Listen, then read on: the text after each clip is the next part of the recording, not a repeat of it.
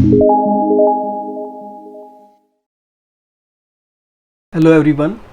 So today we are going to start physiology or Shaरीरिक क्रिया, right?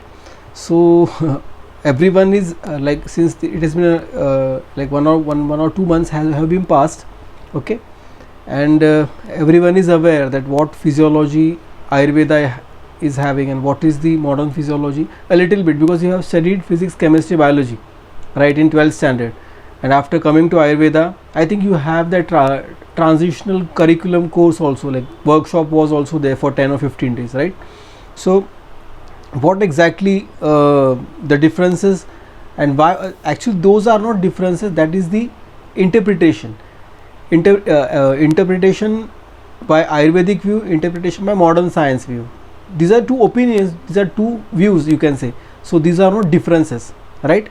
So I will speak in Marathi, in Hindi also, preferably, so it will be easy for everyone to understand. Instead of just going on in English, it's better to speak in a mixed language, so that is better. तो हम लोग अभी क्या करेंगे, पहला तो आपका जो curriculum for the first year जो है has been by the NCISM, right? तो उस हिसाब वहाँ पे करिकुलम में जो फिजियोलॉजी टॉपिक है, राइट, उसके अंदर उन्होंने क्या क्या स्पेसिफिकली आपको आना चाहिए, उसका इम्पोर्टेंस क्या है, राइट? तो वो चीज़ें हम थोड़ा देखेंगे यहाँ पे. So they have design very beautifully. हमारे टाइम पे ये था नहीं, बिकॉज मैं पास आउट होकर अभी more than 20 years, you can 15 years at least. और अभी का समय में आयुर्वेद जो है बहुत ही अच्छे लेवल पे, एक बहुत ही मॉडर्न इक्विपमेंट के साथ, टूल्स के साथ और ग्लोबल रिकग्निशन के साथ आयुर्वेद है. हमारे समय पे ऐसा था नहीं, it was very very isolated. अभी के टाइम में आपके लिए, अब you are lucky that you have a very very, आप बोल सकते हैं कि एक राइजिंग है आयुर्वेद का. तो आप उसमें यू शुड, आप थोड़ा अच्छा काम करोगे if you work really hard at this point. और अभी के साथ हमारे टाइम पे थोड़ा डिफ़िकल्ट था ग्रंथ में देखना, रेफरेंसेस ढूंढना, बट अभी के समय में ऐसा नहीं है. In today's time it's very very easy. आपके पास अलग अलग नेट के वजह से बहुत सारी चीज़ें अवेलेबल है, ऑनलाइन है, और लाइक ये पूरा इन्फॉर्मेशन बोलते हैं ना, वर्ल्ड है अभी आज के डेट में. और आपको इन्फॉर्मेशन कोई भी चाहिए तो आप मोबाइल पे आपको इतना इजीली एक्सेस उसका अवेलेबल है, तो उसका आपने फ़ायदा उठाना चाहिए. और उस वजह से आयुर्वेद भी एक अच्छे मोमेंटम के साथ, अच्छे स्पीड के साथ आगे बढ़ सकता है, ठीक है. So looking at this syllabus, अब उन्होंने क्या बोला है कि देखिए, कोई भी साइंस होता है, कोई भी एक क्या बोलते हैं, एनी कोई गेम ले लो आप, तो उसके कोई बेसिक प्रिंसिपल्स होते हैं, ठीक है. जब क्रिकेट खेलते हो, फुटबॉल खेलोगे, या कोई भी कौन सा भी गेम खेलते हो, तो उसके रूल्स होते हैं. वो रूल्स कभी चेंज नहीं होता. अगर रूल्स चेंज हो जाएंगे तो कोई गेम रहेगा नहीं. वैसे ही अपना बॉडी का भी है, कुछ सर्टन बेसिक फंडामेंटल्स है, बेसिक प्रिंसिपल्स है, जो बॉडी का जो फंक्शनिंग है उसे गवर्न करते हैं, राइट. गवर्न करते हैं यानी क्या, उनको फंक्शन को एग्जीक्यूशन होता है उस प्रोटोकॉल से, उस सिस्टम से, उस टाइप से, यानी वो डिसाइड करेंगे. एक बोलते हैं ना, एक जैसा आप देखोगे कोई भी इलेक्ट्रॉनिक चीज़ होती है, उसके अंदर एक मेमोरी बोर्ड कहते हैं, एक सर्किट होता है, तो एक डिफाइंड सर्किट है, उसमें कोई चेंजेस करना नहीं है आपको. तो वो वैसे ही अपने ह्यूमन बॉडी में एक डेफिनेट मैकेनिज़्म बनाया हुआ है ऑलरेडी प्रकृति ने, और वैसे ही वो अपना बॉडी का फंक्शनिंग वैसे है. जैसे हम लोग ब्रीथ कर रहा हूँ, हार्ट में कॉन्ट्रैक्शन हो रहा है, हार्ट बीट जो बन रहे हैं, राइट. या फिर आप बोल सकते हो कोई डाइजेशन है, हम लोग खाना खाते तो डाइजेशन, तो उसका एक पैटर्न है, वो चेंज होता नहीं है. That is universal. आप यहाँ पे जाओ, वर्ल्ड में किधर पे भी जाओ, तो these are the fundamentals, you can say the principles, और वो चेंज होते नहीं है, ठीक है. तो उन्होंने क्या बोला है कि जो कंसेप्ट है ह्यूमन कंटेम्प्रेरी, जो कंटेम्प्रेरी क्या, हमारे वक्त का यानी क्या, जैसे अभी MBBS कोर्स है, तो उसके अंदर भी उनको टॉपिक सिखाया जाता है, ह्यूमन जो फिजियोलॉजी टॉपिक सिखाया जाता है. फिजियोलॉजी यानी उन्होंने क्या किया है कि बॉडी का जो मैकेनिज़्म है, बॉडी के अंदर जो भी सिस्टम्स है, उसको वहाँ पे सारे फिजिक्स के प्रिंसिपल्स उन्होंने अप्लाई किए हैं. अगर हार्ट ले लोगे, तो जैसे अभी ECG हर बच्चों को मालूम है, ECG निकालते हैं अगर हार्ट को इशू आएगा तो. पर ECG होता क्या है, राइट.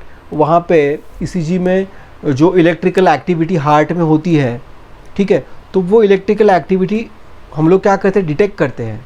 जो हम लोग जो लेड्स लगाते हैं, ठीक है, वो लेड क्या करेंगे, वो इलेक्ट्रिकल एक्टिविटी जो हार्ट में हो रही है उसे डिटेक्ट करके फिर वो उसका ग्राफिकल रिप्रेजेंटेशन होता है, राइट। तो हम लोग को यानी मेरा कहने का मतलब क्या है कि वहाँ पे क्या क्या वहाँ पे इलेक्ट्रिसिटी इम्पल्स जो बनता है वो प्रिंसिपल उन्होंने वहाँ पे यूज़ किया है, ठीक है। तो वैसे ही वो एक पार्ट होगा, वैसे ब्रेन में इलेक्ट्रिकल एक्टिविटी इम्पल्स जनरेशन होती है तो वो भी वहाँ पे EEG निकालते हैं, there also they have use physics, right. अभी और भी कोई जैसा ब्लड सर्कुलेशन है, तो ब्लड सर्कुलेशन के अंदर भी उन्होंने अलग अलग क्या बोलते हैं वहाँ प्रिंसिपल्स यूज़ किए, अप्लाई किए हुए हैं। अब ये क्या हो गया, मॉडर्न साइंस में हो गया, और उन्होंने क्या किया, ये सारे फंडामेंटल्स फिज़िक्स के, यू कैन से केमिस्ट्री के अप्लाई करके उन्होंने एक साइंस डेवलप किया है, राइट। वैसे आयुर्वेदा में भी हम लोग आयुर्वेदिक जो क्रिया शरीर है, यानी बॉडी का जो मैकेनिज़्म है, जिसे हम आयुर्वेदिक पद्धति से समझते हैं, जहाँ पे हम लोगों ने आयुर्वेदिक प्रिंसिपल्स अप्लाई किए हुए हैं, ठीक है। जैसे वात पित्त कफ ये दोष हो गए, फिर सप्त धातु है जो अपने आपका सिलेबस इतना 1 महीने से चालू है कॉलेज में, तो वो अलग अलग वहाँ पे जो फंक्शनिंग है वो, यानी पूरा बॉडी का मैकेनिज़्म जो है, इन्होंने क्या किया है वहाँ पे सारे मॉडर्न जो physical chemical biological tools use करके उन्होंने एक उनका एक सिस्टम बनाया। वैसे आयुर्वेदा में क्या किया, इन्होंने दोष लिए, धातु लिए, मल लिए, और उन्होंने एक सर्कुलर बोलते ना बाकी भी और भी फैक्टर्स है, लेकिन इन सबको मिला के इन्होंने एक सिस्टम बनाया, एक शारीरिक क्रिया बनाया कि बॉडी फंक्शन कैसा करता है। तो वो उसे हम लोग क्या करते हैं, नॉर्मल जो फंक्शनिंग होगा बॉडी का मैकेनिज्म होगा, तो आयुर्वेदिक कंसेप्ट में कैसा होता है, मॉडर्न कंसेप्ट में, दोनों में अलग अलग है। बॉडी एक ही है लेकिन उसका इंटरप्रिटेशन अलग होता है, ठीक है। तो वो भी हम लोग सिमिलैरिटी क्या है उसमें, उसका ड्रॉबैक्स क्या है, एडवांटेजेस क्या है, वो हम लोग आगे भी देखेंगे, उसका आपको बाद में भी बेनिफिट होने वाला है। अभी जैसे अब ये फर्स्ट पॉइंट देखो उन्होंने क्या 8 to 7 पॉइंट्स दिए हुए हैं, यानी उसका आउटकम क्या, वो आपसे क्या एक्सपेक्ट कर रहे हैं कि after your first year what exactly you should know, आपको फिजियोलॉजी में से क्या आना चाहिए, आप इसमें से क्या सीखना चाहिए, आप लोगों को क्या सीखना है इसके अंदर से और क्यों सीखना है। तो ये सारी बातें उन्होंने इन शॉर्ट में बहुत अच्छे तरीके से यहाँ पे मेंशन की हुई है। उसके बाद उन्होंने क्या बोला है कि वेरिएबल करके चीज़ आती है। अभी वेरिएबल यानी क्या, तो जिसको हम लोग क्या बोलते हैं ना कि जो जैसे आप एग्जांपल इसे एक टेम्परेचर हो गया, ठीक है, वो एक वेरिएबल हो गया, बॉडी टेम्परेचर है, ठीक है, तो वहाँ पे फीवर आता है तो टेम्परेचर बढ़ जाएगा, तो वेरिएबल है। अगर हार्ट रेट में काउंट करता हूँ 72 बीट्स है, ठीक है, अगर वो ज़्यादा होगा 100 से ज़्यादा होगा तो टैकीकार्डिया हो गया, 60 से कम हो गया तो ब्रैडीकार्डिया हो गया। This are variables. ये वेरिएबल वेरिएशन यानी क्या, जो वेरी होता है, कम ज़्यादा हो सकता है, that's why these are called variables. Means वो क्या होते हैं, चेंज डायनेमिक होते हैं, स्टैटिक नहीं होते, वो चेंज हो सकते हैं, कम ज़्यादा हो सकते हैं, वो चेंजेस फिजियोलॉजिकल भी हो सकते हैं, नॉर्मल, जैसे मैं अभी एक्सरसाइज चालू कर दिया, ठीक है, या फिर मैं थोड़ा क्या बोलते हैं ना, कुछ वजन उठाया, फिर थोड़ा काम वर्क कर दिया, तो क्या हो जाएगा, तो मेरा हार्ट रेट बढ़ेगा, ठीक है, फिर मेरा बॉडी टेम्परेचर भी थोड़ा बढ़ जाएगा, ठीक है, बॉडी वर्क करूँगा तो हीट जनरेट होती है तो मुझे स्वेटिंग होगा।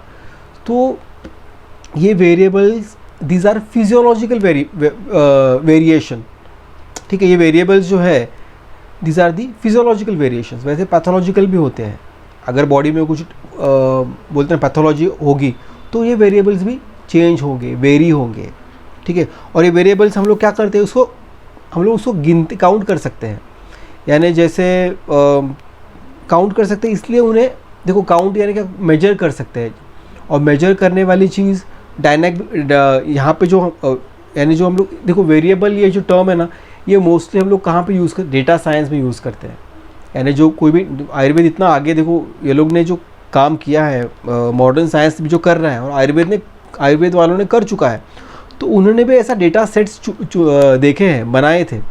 जैसे हम लोग देखोगे यहाँ पे आप देखोगे कि क्रियाशरीर में आप प्रकृति देखोगे कि वात प्रकृति है, पित्त प्रकृति है, कफ प्रकृति है, तो आपको लगता है ये अचानक उनको मिल गया, नहीं, उन्होंने क्या किया कि ऐसा सेट ऑफ इंडिविजुअल्स उन्होंने देखे रहेंगे, हज़ारों लाखों लोग देखे रहेंगे, और जहाँ पे उन्होंने ये पर्टिकुलर बॉडी टाइप रहेगा तो उसके अंदर उनको ये लक्षण मिले हैं, ठीक है, तो उन्होंने उसका एक सेट बनाया। वैसे उनको जब पैटर्न मिलते गया कि ये वात वाले में ये हमेशा ये पैटर्न हमें मिल रहा है, तो ठीक है, फिर उन्होंने बताया कि ये वात प्रकृति है, पित्त वाले में हमें ये हमेशा ये पैटर्न मिला, तो मुझे पता चला कि ठीक है ये पित्त प्रकृति है। जैसे कफ वाले में ऐसा मिला तो ये कफ प्रकृति है। तो उन्होंने भी डेटा ही जमा किया है, डेटा साइंस ही अप्लाई किया हुआ है। उस ज़माने में उसे क्या कहते हैं अभी हम लोग वो चीज़ अलग है, लेकिन ये एक डेटा सेट उनके पास था, ठीक है। और डेटा सेट को जब उन्होंने उसमें पैटर्न मिला उन्हें, और पैटर्न मिलने के बाद फिर उन्होंने डिसाइड किया। तो वेरिएबल का बेनिफिट क्या मिला मुझे कि वो वेरिएबल, जैसे हम लोग अभी वात प्रकृति का पेशेंट रहेगा तो उसमें आपने लक्षण देखे रहेंगे कि वो उसमें बोलते हैं ना कि अल्पवित्तोपकरणवंतश्च भवन्ति, अलग अलग उसमें उन्होंने वात प्रकृति के लक्षण दिए। या पित्त प्रकृति में उसमें मध्यम दिया है, कफ प्रकृति का में थोड़ा दीर्घ दिया होता है, स्मृति दिया होता है। तो ये सब जो वेरिएबल आए हैं ये ऑब्जर्वेशन से आए हैं, ठीक है। जो ऋषि ने, देखो आपको क्या करना है मेडिकल फील्ड में, you should learn to observe things. कोई भी चीज़ आपको प्रॉपरली साइंटिफिक तरीके से ऑब्जर्व करना आपको सीखना पड़ेगा। देन ओनली देन आप इस मेडिकल फील्ड में आप एक एक्सेल कर पाओगे या कुछ सीख पाओगे। तो वो ऑब्जर्वेशन जो होते हैं वो किस चीज़ के होते हैं, वो वेरिएबल्स होते हैं। जैसे मैंने अभी आपको बताया कि ये, तो वैसे ही हम लोग जब ब्लड प्रेशर, हार्ट रेट हो गया, बॉडी टेम्परेचर हो गया, वैसे ही आयुर्वेद में हम लोग क्या करते हैं, कुछ चीज़ों को क्वांटिफाई करते हैं। जैसे आयुर्वेद में सारता है, यानी आप देखोगे कि सारता यानी क्या कि एक जो कोई भी जैसे 7 टिश्यूज़ है, तो 7 टिश्यूज़ में अगर क्वालिटी सबसे 100% प्योर है, उसके अंदर सब कुछ है, कोई न्यूट्रिशनल डेफिशिएंसी नहीं, कोई उसमें एब्नॉर्मलिटी नहीं, then we say that the tissue is 100% pure है, तो वो सारता हो गया उसका, ठीक है। तो वो 7 धातु के साथ हम लोग देखते हैं कि 8 सार, सत्व सार भी होता है। तो टिश्यूज़ कितना उसके अंदर बोलते हैं अच्छा क्वालिटीज़ कितना है, उस हिसाब से उसका हम लोग वो ऑब्जेक्टिव परीक्षण करेंगे उसका, यानी ऑब्जेक्टिफाई कर रहे हैं हम लोग उसमें। फिर अग्नि परीक्षण क्या होता है, यानी कोई पेशेंट होगा जिसमें तीक्ष्ण अग्नि है बहुत, किसी को भूख ज़्यादा लगती है, मंद अग्नि किसी को भूख बहुत कम लगती है। या फिर आप देखोगे कि कोई पेशेंट होगा जिसमें विषम अग्नि होता है, कभी खा लिया कभी नहीं, कभी खा नहीं लिया, तो ऐसे भी। तो ये क्यों होता है, क्योंकि उस प्रकृति होती है उस पेशेंट की, और उस प्रकृति के हिसाब से उसका मेटाबॉलिज्म होता है, उसके बॉडी का डाइजेस्टिव प्रोसेस होता है, इसलिए वो कफ में अलग मिलेगा, वात में अलग मिलेगा, पित्त में अलग मिलेगा। तो ये हमें ऑब्जर्व करना है पेशेंट्स के अंदर, ठीक है। तो हम लोग क्या देख रहे हैं, ये भी एक वेरिएबल ही है। ये वेरिएबल कौन सा, अग्नि का वेरिएबल हो गया, ठीक है। जैसा सारता देखा, अग्नि देखा, वैसे ही हम लोग कोष्ठ परीक्षण भी होता है। कोई पेशेंट का मृदु कोष्ठ होता है, ठीक है, कोई पेशेंट का क्रूर कोष्ठ होता है, किसी का मध्यम कोष्ठ होता है। अभी क्रूर क्या, मध्यम क्या, मृदु क्या, तो वो क्या बोलते हैं, डाइजेस्टिव कैपेसिटी से होगा, उस पेशेंट में डाइजेस्टिव कैपेसिटी कितनी है, ठीक है। तो या फिर कोई जिस पेशेंट में थोड़ा मेडिसिन का जो बोलते हैं ना, कितना कैपेसिटी वो बेयर कर सकता है मेडिसिन का, तो उस हिसाब से भी वो होता है। मृदु कोष्ठ वाले को अगर मुझे स्नेहन देना है, ठीक है, यानी एक आयुर्वेद में होता है कि आपको पेशेंट को स्नेहन देना है या फिर उसको ऑयल या घी कुछ खिलाना पड़ता है, बॉडी को अंदर से उसको हमें पूरा स्नेह उसमें क्या बोलते हैं, जैसे हम लोग ऑयल जैसा लगाते हैं ना बॉडी पे, वैसा अंदर से मुझे बॉडी को ऑयलिंग करना है। तो तभी अगर मेरा मृदु कोष्ठ वाला रहेगा तो ऑयल को मुझे क्वांटिटी जो बहुत कम लगेगी, क्योंकि ऑलरेडी बॉडी बहुत सॉफ्ट है, तो वहाँ पे कम क्वांटिटी में मेरा उसका स्नेहन का काम हो जाएगा, वेरी वेरी लेस क्वांटिटी। मध्यम कोष्ठ रहेगा तो मुझे थोड़ा कम, उससे थोड़ा ज़्यादा लगेगा ऑयल, ठीक है। लेकिन क्रूर कोष्ठ रहेगा तो वहाँ मुझे बहुत ज़्यादा ऑयल लगने वाला है, क्योंकि ऑलरेडी हार्ड है, तो उसको सॉफ्ट चीज़ करने के लिए मुझे और भी ज़्यादा क्वांटिटी ऑफ ऑयल ज़्यादा लगने वाली है, ठीक है। तो ये हमें, तो ये यहाँ पे क्या, ये वेरिएबल हो गया, यानी क्रूर कोष्ठ, मध्यम कोष्ठ, फिर ये क्या बोलते हैं मृदु कोष्ठ, ये वेरिएबल हो गया जिसे हम लोग ऑब्जेक्टिफाई कर रहे हैं, ठीक है। दूसरी बात, तो अभी जैसा फिर उसने आगे और भी उन्होंने एक्सप्लेन किया स्तोत्रस वगैरह। नाउ अभी प्रकृति और विकृति में क्या उसने बताया कि प्रकृति क्या है, विकृति in the individuals after carrying out relevant clinical examination. अभी क्लिनिकल एग्जामिनेशन जो चीज़ है, तो वहाँ पे आपको प्रकृति परीक्षण एक सिखाया जाएगा, ठीक है। और विकृति परीक्षण वो अलग चीज़ होगा, वो आपको शायद इस समय इतना नहीं होगा, सेकेंड ईयर में वो थोड़ा, और कि उसी के ऊपर आपको वो सबसे पहला प्रकृति समझ में आना चाहिए, नॉर्मल चीज़ क्या है, ठीक है। नॉर्मल आयुर्वेद में क्या होता है, नॉर्मल मॉडर्न साइंस में क्या होता है, देन ओनली यू कैन, हम लोग उसमें क्या बोलते हैं आगे उसको अप्लाई कर सकते हैं, ठीक है, जैसे हम एबनॉर्मलिटी ढूंढ सकते हैं कि ये जैसे फॉर एग्जांपल हीमोग्लोबिन है। अब हीमोग्लोबिन जो होता है उसका वैल्यू जो है HB का पुरुषों में या मेल्स में 14 होता है और फीमेल्स में 12 होता है, राइट, नॉर्मल चीज़ में। अगर ये हीमोग्लोबिन कम हो गया तो हमें पता चलेगा, पर ये स्टैंडर्ड है। एक उन्होंने क्या बोला है कि ऑब्जर्वेशन किए हुए हैं और उनको ऑब्जर्वेशन में पता चला कि ये नॉर्मल हीमोग्लोबिन जो सब जगह पे मिलता है वो मेल में 14 है, फीमेल में 12 होता है, ठीक है। This was there observation. उससे अगर कम मिला तो देन इट इज़ एबनॉर्मलिटी, तब हम उसे कहेंगे haemoglobin is on the lower side, that means patient is having anaemia, ठीक है। तो वैसे ये हो गया परीक्षण। वो कैसे देखेंगे, तो पेशेंट को जब एग्जामिन किया तो पेशेंट को बहुत सफ़ेद सफ़ेद दिख रहा है, पैलर दिख रहा है, पेशेंट को पांडु दिख रहा है, वाइटिश दिख रहा है पेशेंट, ठीक है। तो वो पैलर दिखने के बाद देन भी हम लोग ने फिर बोला ठीक है, थोड़ा इसमें पेशेंट को और भी स्वेलिंग वगैरह है क्या, पेशेंट को ब्रेथलेसनेस है क्या, ये क्या हो गया, एग्जामिनेशंस हो गया पेशेंट का। और भी कुछ पेशेंट को कुछ गिडीनेस है क्या, ये सब क्या हो गया, हीमोग्लोबिन। पेशेंट को पाल्पिटेशंस है क्या, तो ये सारे लक्षण कब मिलेंगे, जब पेशेंट को एनीमिया होगा तो। So what will we do, हम लोग क्या करेंगे, फिजिकल एग्जामिनेशन हो गया, उसके बाद हम लोग क्या करेंगे, हम लोग लैब इन्वेस्टिगेशन करेंगे। चलो भाई हम लोग ढूंढते हैं कि पेशेंट को कौन सा क्या बोलते हैं ना, एनीमिया है या फिर और कुछ है, तो ब्लड इन्वेस्टिगेशन में हमें वो पता चलेगा कि हीमोग्लोबिन कितना कम है, ठीक है। और भी जो चीज़ें हैं वो क्यों कम हो गया, ठीक है, वो भी पता चलेगा। आयरन डेफिशिएंसी है या B12 डेफिशिएंसी है, तो भी उसके साइज़ के हिसाब से वो पता चलता है, ठीक है। तो यहाँ पे दोनों भी चीज़ें, एक जगह मैंने फिजिकल एग्जामिनेशन किया, एक जगह मैंने केमिकल एग्जामिनेशन लैब इन्वेस्टिगेशन किया। अभी दोनों भी चीज़ें मैंने किया, ठीक है, पर मुझे नॉर्मल चीज़ तो मालूम थी, जो मैं नॉर्मल जो बॉडी का जो क्या बोलते हैं, नॉर्मली जो बॉडी है वो शारीरिक क्रिया हो सकती है या नॉर्मल फिजियोलॉजी हो सकती है। जब ये दो चीज़ नॉर्मल जब मुझे मालूम होगी और नॉर्मल, तो ही मैं उसका एबनॉर्मलिटी इसको डिटेक्ट कर पाऊँगा। इसलिए हमें फिजियोलॉजी पढ़ना बहुत ज़रूरी है, कि वो फाउंडेशन है। जो अगर बॉडी मैकेनिज़्म पता चलेगा तो ही हमें पता चलेगा कि उसका जो एबनॉर्मल मैकेनिज़्म, तो बाद में हम लोग तभी तो हमें मालूम पड़ेगा कि ठीक है ये नॉर्मल फंक्शन था, अब ये ऑल्टर हो गया, ये चेंज हो गया, इसका मतलब यहाँ पे कुछ तो चेंजेस आ गए, इसका मतलब यहाँ पे कुछ तो अंदर फंक्शनिंग में डिफेक्ट आ गया।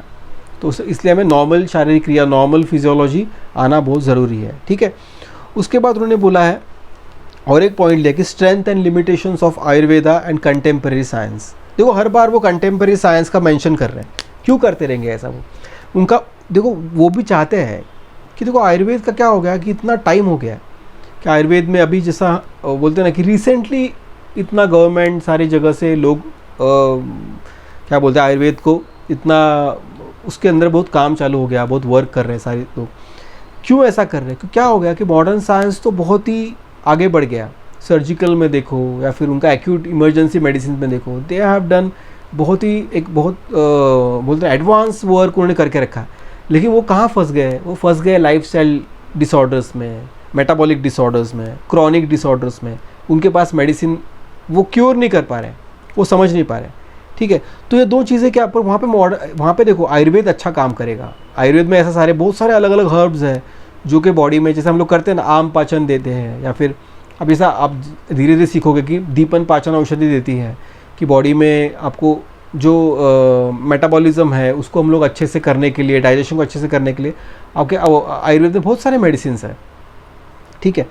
तो ये क्या हो गया, दोनों का, एक का स्ट्रेंथ हो गया, मेरे मॉडर्न साइंस का स्ट्रेंथ क्या है, इमरजेंसी एक्यूट मेडिसिन, और आयुर्वेद का स्ट्रेंथ क्या है, क्रॉनिक डिजीजेस, लाइफस्टाइल डिसऑर्डर्स। ये दोनों का स्ट्रेंथ हो गया, ठीक है। पर वीकनेस भी क्या है, तो आयुर्वेद इतना इमरजेंसी में काम अभी तक उतना डेवलप नहीं हो चुका है, या फिर हुआ रहेगा लेकिन अभी अपने पास उतना डेटा अवेलेबल नहीं है। एलोपैथिक के उनके पास क्रॉनिक डिसऑर्डर्स में उतना मेडिसिन अवेलेबल नहीं है। तो ये दोनों को, एक का स्ट्रेंथ हो गया तो एक का वीकनेस है, एक का वीकनेस है दूसरे का स्ट्रेंथ है। तो ऐसा भी आपको डिफरेंशिएट आपको ऑब्जर्व करना है, आपको देखना है ये चीज़ों को, ठीक है। फिर उसके बाद कुछ प्रोजेक्ट वर्क है, रिसर्च एक्टिविटी वगैरह, ठीक है, वो सब तो आप कर सकते हैं। फिर curiosity and questioning attitude towards the life processes. अभी क्यूरियोसिटी क्या है, क्वेश्चनिंग एटीट्यूड क्या है, ये चीज़ें आपको बहुत ही क्या बोलते हैं ना, आप अगर आप मेडिकल फील्ड में हो तो आपको इन चीज़ों को डेवलप करना होगा। ये अचानक नहीं आएगी, आपको डेवलप करना है, आपको सोचना है। जैसे फॉर एग्जांपल इसने क्या बोला, लाइफ प्रोसेस जो होती है, लाइफ प्रोसेस यानी क्या, जो सेल में जो हो रहा है, बॉडी में जो हो रहा है। फॉर एग्जांपल जैसे मेरे अभी हाथों में, अभी देखो कोई मैं बर्फ़ दे दोगे हाथ में तो आई कैन आइडेंटिफाई कि ये कोल्ड है करके। क्यों? मेरा क्या ऐसा मेरे फिंगर्स में क्या है चीज़ जो मुझे पता चल रहा है कि ये कोल्ड है? या फिर मेरे हाथ में कोई अभी एक क्या बोलते हैं ना, गर्म चीज़ अगर आ गया, हॉट चीज़ आ गया तो मुझे पता चलेगा ये हॉट है। पर ऐसा क्यों हो रहा है? कहाँ से मुझे पता चल रहा है? तो ये हमें सीखना है कि हाथों में कौन से रिसेप्टर्स है जहाँ से इसका डिटेक्शन होता है। या फिर मुझे किसी ने प्रिक कर दिया तो मुझे क्यों पता चल गया अरे मुझे पेन हो रहा है यहाँ पे? तो वो चीज़ क्या है? How I can identify this कि ऐसा बॉडी में। तो मॉडर्न साइंस ने क्या किया, उन्होंने अलग अलग चीज़ों को ढूंढा है, या ऐसे बॉडी में रिसेप्टर्स है। जैसे मैं टंग में टेस्ट करता हूँ तो मुझे अलग अलग 7, जैसे आयुर्वेद में तो 6 प्रकार के टेस्ट आते हैं। तो वो टेस्ट क्यों आ रहे हैं? वहाँ पे है क्या चीज़? टेस्ट बर्ड्स क्या है, बिटर टेस्ट कहाँ पे आता है, स्वीट टेस्ट कहाँ पे आता है? तो ये आप खुद क्यूरियोसिटी आप में डेवलप होनी चाहिए, करनी पड़ेगी आपको, और आपको सीखना पड़ेगा साइंटिफिक तरीके से सोचने के लिए। उसके लिए आपको क्या करना पड़ेगा? उसके लिए आपको ये जो सारे प्रिंसिपल्स है फिजियोलॉजी, मॉडर्न फिजियोलॉजी के और आयुर्वेद के क्रिया के, इनको आपको अप्लाई करना पड़ेगा। और अप्लाई करते करते, और देखो फिजियोलॉजी में आपको जो श्लोक आपको बाय हार्ट करने पड़ते हैं, बहुत इंपॉर्टेंट है, क्योंकि वो आपको लाइफ टाइम आप यूज़ करोगे, पेशेंट के ऊपर यूज़ करोगे, क्योंकि वो बेसिक क्या नॉर्मल चीज़ है ना। और नॉर्मल चीज़ जब आप समझोगे तो आप एबनॉर्मल आइडेंटिफाई कर पाओगे। तो वो आपको करना पड़ेगा, ठीक है। उसके बाद उन्होंने क्या बोला है, तो ये सारे पॉइंट्स उसका एप्लीकेशन आ गया उसके अंदर, ठीक है। उसके बाद उन्होंने बोला communicate verbally in writing and ayurvedic terminology along with the contemporary terminology among peers, teachers and community. अब उन्होंने क्या बोला है, जो आयुर्वेदिक टर्म्स है और जो कंटेम्प्रेरी मॉडर्न साइंस के टर्म्स है, उनको आपको कम्युनिकेट करने आना चाहिए। यानी जैसे फॉर एग्जांपल देखो, फीवर है पेशेंट को, तो वैसे आयुर्वेद में उसे ज्वर कहते हैं, बट हमें दोनों भी आना चाहिए। अच्छा ये ज्वर है ना, ओके, तो ये इसको फीवर कहते हैं मॉडर्न साइंस में। तभी भी फीवर था, तब उस समय में उसको ज्वर कहते थे। आज भी बुखार आता है, फीवर है, तो उसे हम लोग आज के ज़माने में उसको फीवर कहते हैं। फ़र्क कुछ चेंजेस हुआ नहीं है, डिजीज़ वैसे के वैसे ही है, लेकिन साइंस डेवलप हो गया।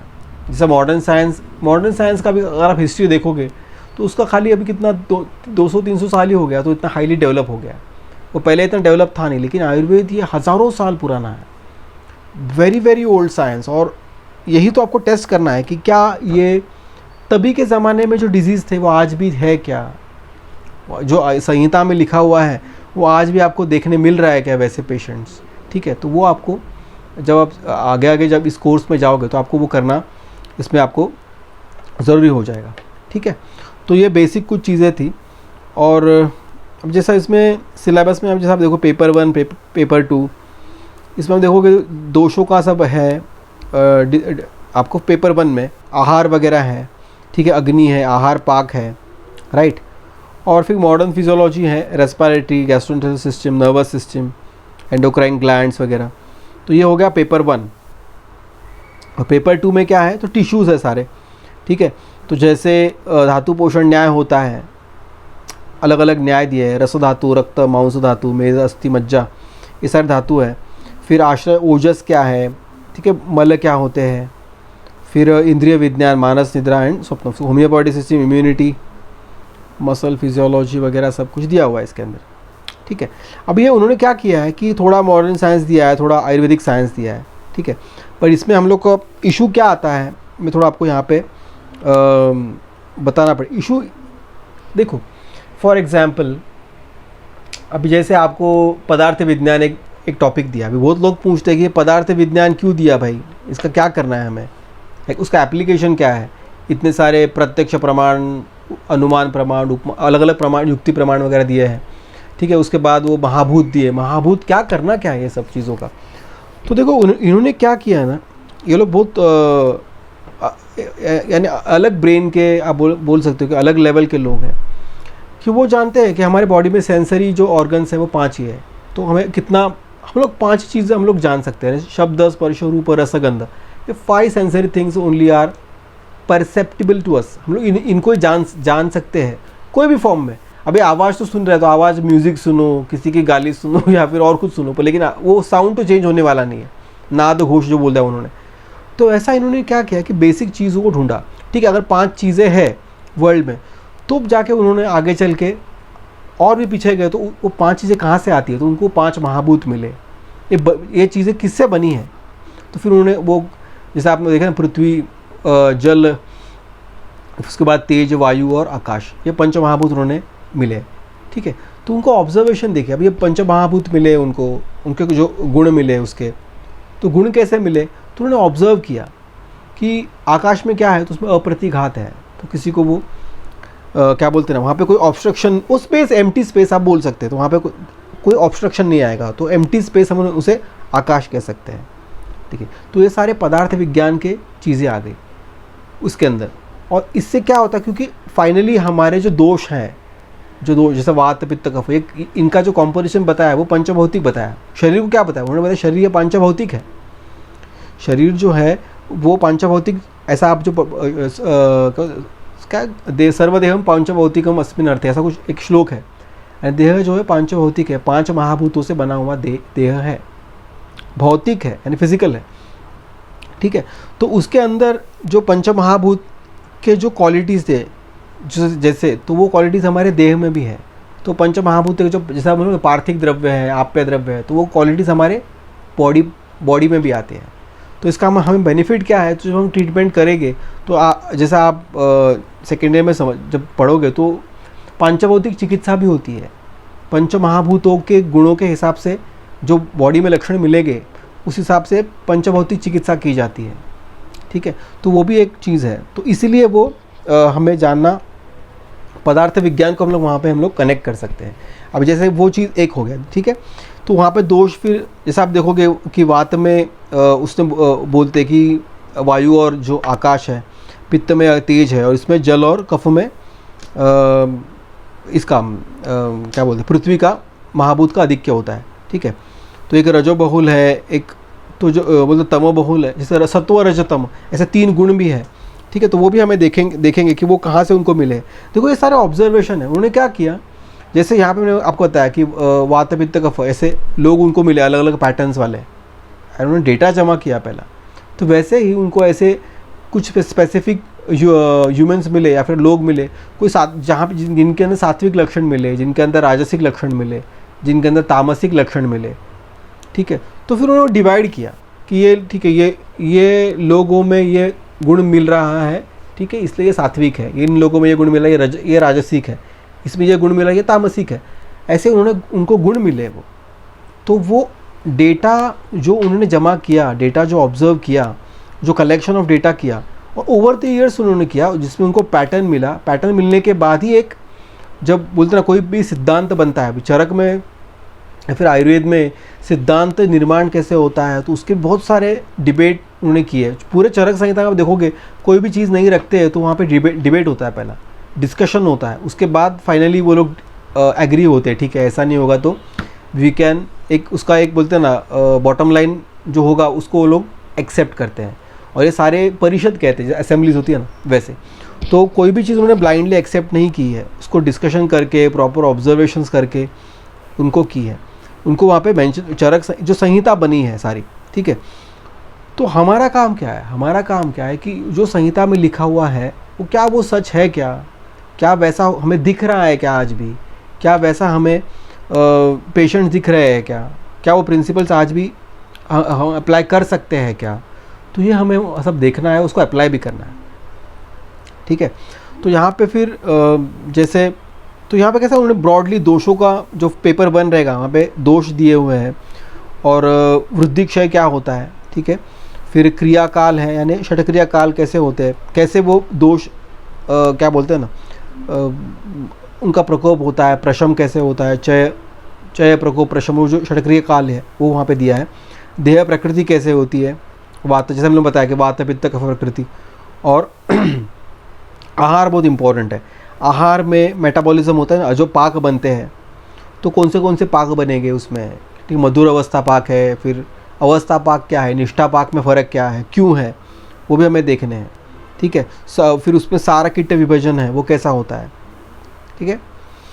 तो ये सारा ये आयुर्वेदिक कॉन्टेक्स्ट के हिसाब से होता है, राइट। तो उन्होंने भी उसका उतना ऑब्जर्वेशन किया हुआ है, ठीक है। फिर उसने मॉडर्न का भी उसमें दिया है, जैसे रेस्पिरेटरी सिस्टम है, गैस्ट्रोइंटेस्टाइनल सिस्टम है, नर्वस सिस्टम, ठीक है। होम्योस्टैसिस क्या होता है, एंडोक्राइन ग्लैंड्स क्या है उसका रोल, तो ये सारे हम लोग देख सकते हैं।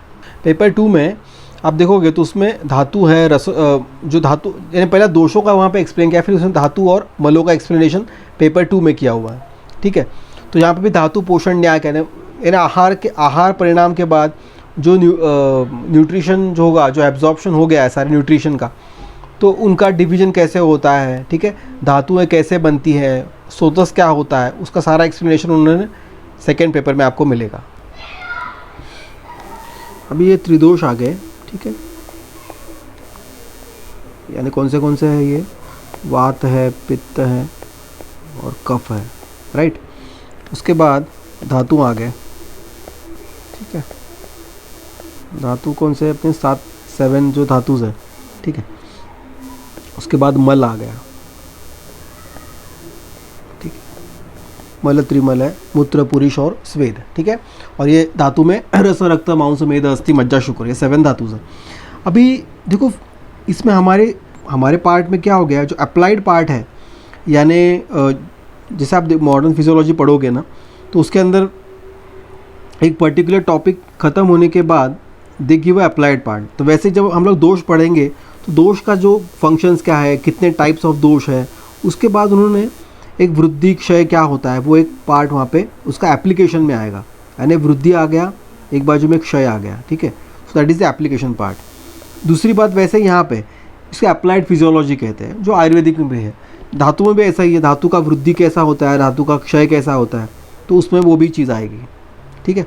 उसके बाद मलों में मलों की वृद्धि और क्षय उन्होंने दिया है एक्चुअली, तो वो भी एक चीज़ उसमें आपको हमें देखनी है, ठीक है। उसके बाद उपधातु क्या है, that is those are also important, ठीक है, जो धातुओं से बनते हैं, पर्टिकुलर धातु से एक एक उपधातु बनेगा। अभी आप बोलोगे कि सर ये जो पर ये आइसोलेशन में है ना, इसका मैं कुछ कनेक्शन नहीं बता रहा हूँ आपको, या फिर इसका मैं कुछ कनेक्शन नहीं बता रहा हूँ, या फिर इसका कुछ कनेक्शन, ये हमें कनेक्ट करने हैं ना,